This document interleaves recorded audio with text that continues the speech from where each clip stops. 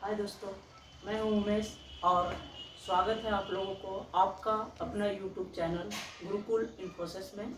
और आज हम लोग भारतीय आर्य भाषा के तृतीय चरण पे चर्चा करने के लिए आए हुए हैं। आइए अब हम लोग मिलकर के भारतीय आर्य भाषा के मध्यकालीन भारतीय आर्य भाषा के तृतीय चरण जो है, जिसे हम अपभ्रंश के नाम से जानते हैं, उस पर चर्चा करते हैं और जानते हैं कि अपभ्रंश कितने थे, अपभ्रंश की शुरुआत कहाँ से हम लोग को देखने को मिलती है और अपभ्रंश में क्या क्या विशेषता था, ये सब चीज़ पे हम लोग चर्चा करते हैं।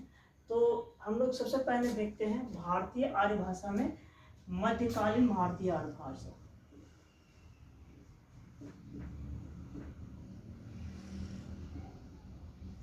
मध्यकालीन भारतीय आर्य भाषा, ठीक है। मध्यकालीन भारतीय आर्य भाषा, मध्यकालीन भारतीय आर्य भाषा के तृतीय चरण पर हम लोग को चर्चा करना है। तृतीय चरण, क्योंकि प्रथम चरण हम लोग पाली को देख चुके हैं, द्वितीय चरण प्राकृत को देख चुके हैं और तृतीय चरण जो है, जिसे तृतीय प्राकृत भी बोलते हैं हम लोग, और उसे ही हम लोग अपभ्रंश के नाम से जानते हैं। तो उसको देखते हैं कि क्या है।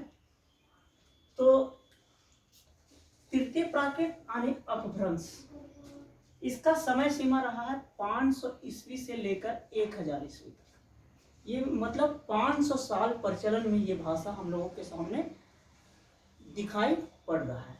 कितने दिनों तक? 500 ईस्वी से लेकर के 1000 ईस्वी तक, यानी 500 साल का समय रहा है, प्रचलन में रहा है ये भाषा, ठीक है। तो इसमें देखते हैं अपभ्रंश शब्द का सबसे प्राचीन व पहला प्रयोग कहाँ मिलता है? व्याडी के यहाँ। व्याडी एक संस्कृत आचार्य हैं हम लोग के, और उनके यहाँ सबसे पहले हम लोग को अपभ्रंश का सबसे प्राचीन व पहला प्रयोग कहाँ मिलता है? व्याडी के यहाँ मिलता है, ठीक है। बात समझ में आ रहा है? व्याडी के यहाँ मिलता है पहला। पर लिखित, पर क्या? लिखित व प्राप्त साक्ष्य कहता है कि अपभ्रंश शब्द का सबसे पहले प्रयोग पतंजलि महोदय, कौन? पतंजलि महोदय ने किया था। अपभ्रंश शब्द सबसे प्राचीन व पहला प्रयोग हम लोगों को संस्कृताचार्य व्याडी के यहाँ प्राप्त होता है, लेकिन लिखित रूप से, लिखित व प्राप्त साक्ष्य कहता है कि अपभ्रंश शब्द का सबसे पहले प्रयोग हम लोग को कहाँ मिलता है? तो पतंजलि महोदय के यहाँ मिलता है। पतंजलि महोदय के यहाँ मिलता है, ठीक है। अब देखिए दूसरा, अपभ्रंश का सबसे प्राचीन उदाहरण, अपभ्रंश का सबसे प्राचीन उदाहरण भरत मुनि के जो प्रसिद्ध ग्रंथ है नाट्य शास्त्र, ये इनका भरत मुनि का ग्रंथ है, ठीक है। और ये भरत मुनि के द्वारा रचित है। ये सब बहुत ही प्राचीन ग्रंथ है और इस ग्रंथ में प्राप्त होता है अपभ्रंश का, ठीक है। तो ये चीज हम लोग जानते हैं कि अपभ्रंश शब्द कहाँ से हम लोग को सबसे पहले मिलता है। और उसके बाद देखिए अपभ्रंश के जो रूप हैं वो मुख्य रूप से हम लोगों को 2 से लेकर के 27 रूप प्राप्त होते हैं। कितने होते हैं? 2 से लेकर के 27 रूप प्राप्त होते हैं, जिसमें मुख्य रूप से अपभ्रंश के 7 प्रकार के रूप जो है वह मुख्य है, जो हम लोगों के सामने है। और उस पर हम लोग देखते हैं कि कौन कौन सा अपभ्रंश है।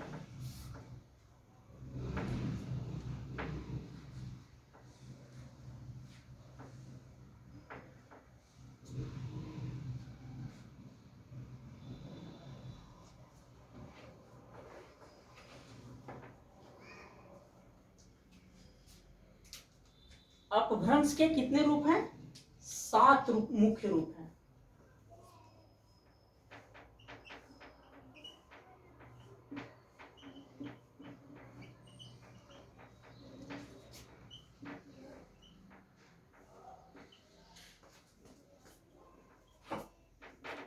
ठीक है। अपभ्रंश के कितने मुख्य 7 रूप है, ठीक है। चर्चा कितना मिलता है, अपभ्रंश के कितने रूप हैं, 2 से लेकर के 27, यानी 2 से लेकर के 27 रूप अपभ्रंश के प्राप्त होते हैं, जिसमें मुख्य है 7। तो वो 7 कौन कौन से अपभ्रंश है, देखिए। पहला अपभ्रंश है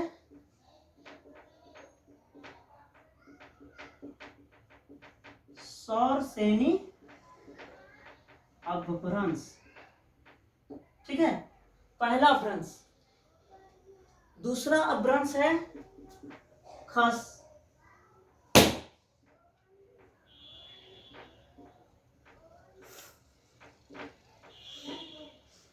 ठीक है। तीसरा अपभ्रंश है ब्राचड़,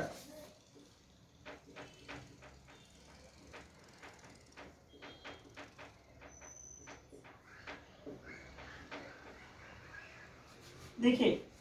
पहला अपभ्रंश सौरसेनी, दूसरा खस, तीसरा ब्राचड़, चौथा है महाराष्ट्री।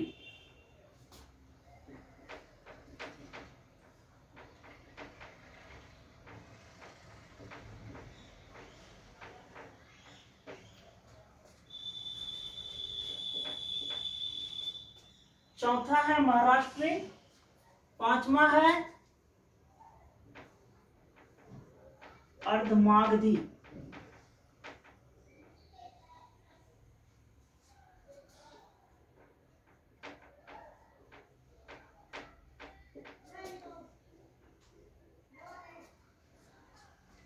पांच 4, ये हो गया 5, ये हो गया छठा मागधी अपभ्रंश।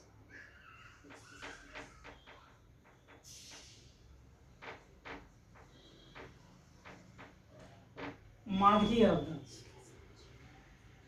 और एक और अपभ्रंश जो प्राप्त होता है हम लोग को, वो अपभ्रंश है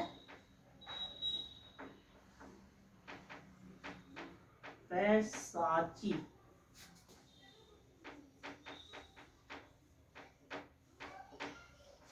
ठीक है। देखिए, अपभ्रंश के मुख्य रूप कितने हैं, 7 प्राप्त होते हैं। 7 में पहला अपभ्रंश जो है सौरसेनी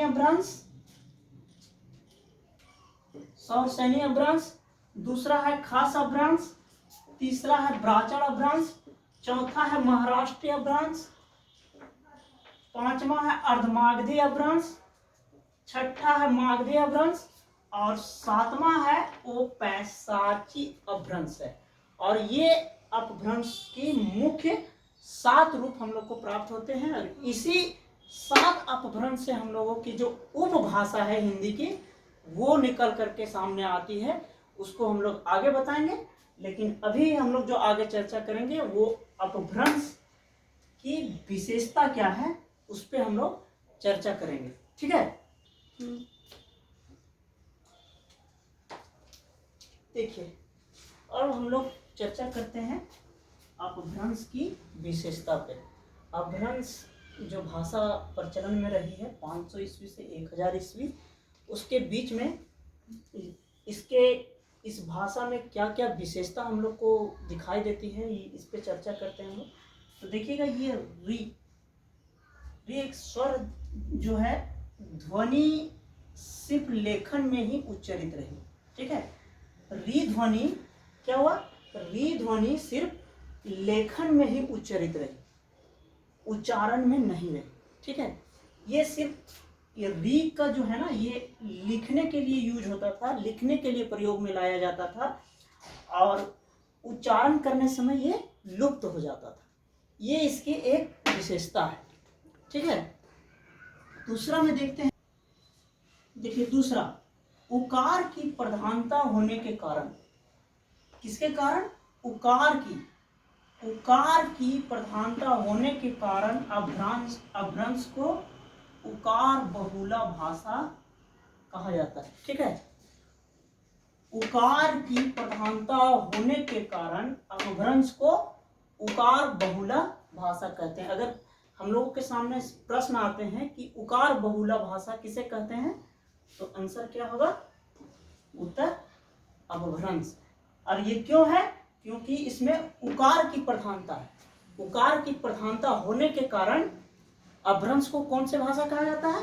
उकार बहुला भाषा कहते हैं। ठीक है, आगे देखिए, तालव्य सा तथा मूर्धन्य सा, तालव्य सा तथा मूर्धन्य सा के स्थान पे सिर्फ दंत सा का प्रयोग होता था। यानी अपभ्रंश में तालव्य सा और मूर्धन्य सा, ये दोनों सा का प्रचलन जब भी प्रयोग करना रहता था तो उसके जगह में दंत सा का प्रयोग होता था। यानी लिखने में सिर्फ दंत सा ही प्रयोग में लाया जाता था। ये इसकी एक विशेषता रही है अपभ्रंश की।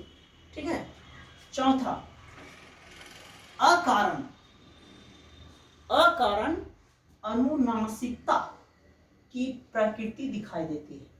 अनुनासिकता की प्रकृति जो है वो अकारण ही अपभ्रंश में हम लोगों को सामने दिखाई देती है। अनुनासिकता की जरूरत नहीं थी, अकारण थी और वो प्रकृति हम लोगों को अपभ्रंश में दिखाई पड़ती है।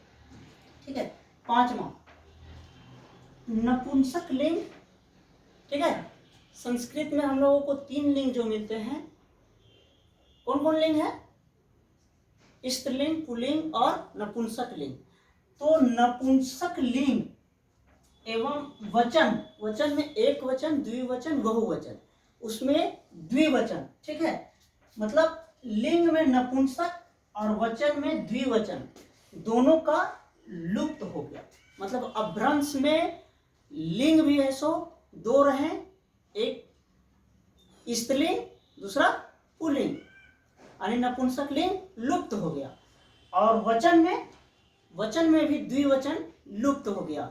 एक वचन और बहुवचन रहा, प्रयोग में रहा, प्रचलन में रहा, लेकिन द्विवचन का क्या हो गया? लुप्त हो गया। ठीक है, उसके बाद आकारात्मक पुल्लिंग प्रतिपादित मुख्य हो गई।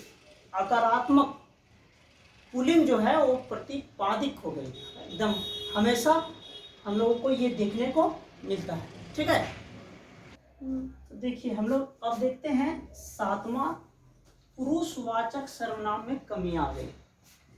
अपभ्रंश में क्या हुआ कि पुरुषवाचक जो सर्वनाम है उसमें क्या हुआ? कमी आ गई। ठीक है, ये इसकी एक विशेषता रही है, क्या कि पुरुषवाचक सर्वनाम है उसमें कमी आ गई। ठीक है, आगे देखते हैं हम लोग, विभक्तियों का स्थान परसर्गों ने ले लिया। ठीक है, किसका स्थान? विभक्तियों का स्थान कौन ले लिया? परसर्गों ने ले लिया।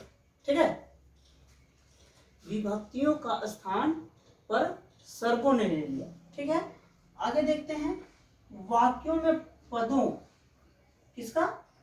वाक्यों में पदों का स्थान सुनिश्चित हो गया। जो भी वाक्य प्रयोग में होने लगे उसमें पदों का स्थान क्या हो गया? सुनिश्चित हो गया।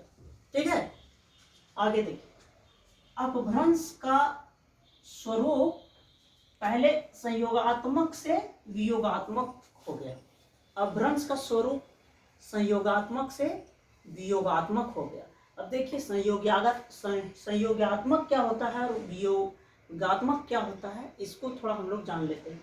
तो देखिए, संयोगात्मक मतलब कोई भी भाषा का शब्दकोश अपने ही भाषा से भरा जाए, मतलब जिस भाषा का शब्दकोश है वह अपने ही भाषा से, भाषा के शब्दों के द्वारा उसका शब्दकोश को भरा जाए, अन्य किसी और भाषा से उसका शब्दकोश ना भरा जाए, वो संयोगात्मक कहलाता है, संयोगात्मक भाषा है। और वियोगात्मक भाषा, वियोगात्मक मतलब जिस भाषा का शब्दकोश अपने अलावा अन्य भाषाओं के शब्द से भरा जाए वह वियोगात्मक भाषा कहलाता है। तो यहाँ क्या हुआ कि अपभ्रंश में, अपभ्रंश का जो रूप है, वो स्वरूप है, वो पहले संयोगात्मक था और संयोगात्मक से किधर गया? वियोगात्मक हो गया। मतलब अन्य भाषाओं के शब्द भी अपभ्रंश पचाने लगा, अपना शब्दकोश भरने लगा, दूसरे भाषा से जो भी शब्द था उसको अपने अंदर ला करके संग्रहित करने लगा। तो ये होता है संयोगात्मक और वियोगात्मक। तो हम लोगों ने देखा आर्य भाषा। आर्य भाषा में मध्यकालीन भारतीय भाषा 3 चरण में है। प्रथम प्राकृत, द्वितीय प्राकृत, तृतीय प्राकृत।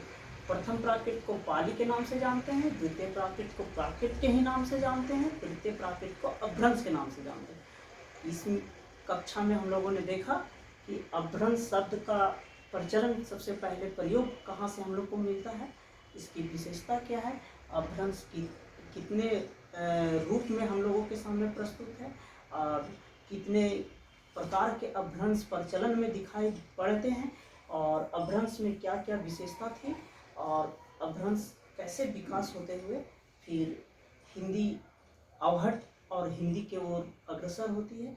इस चीज़ को हम लोग देखेंगे अगली कक्षा में, जो भारतीय आर्य भाषा का तृतीय चरण है, आधुनिक भारतीय आर्य भाषा। यहाँ हम लोग मध्यकालीन भारतीय आर्य भाषा समाप्त कर चुके हैं और आधुनिक भारतीय आर्य भाषा का कक्षा आगे में हम लोग चर्चा करेंगे और देखेंगे। ठीक है, जय हिंद, जय भारत और आप लोग अपना ध्यान रखिए।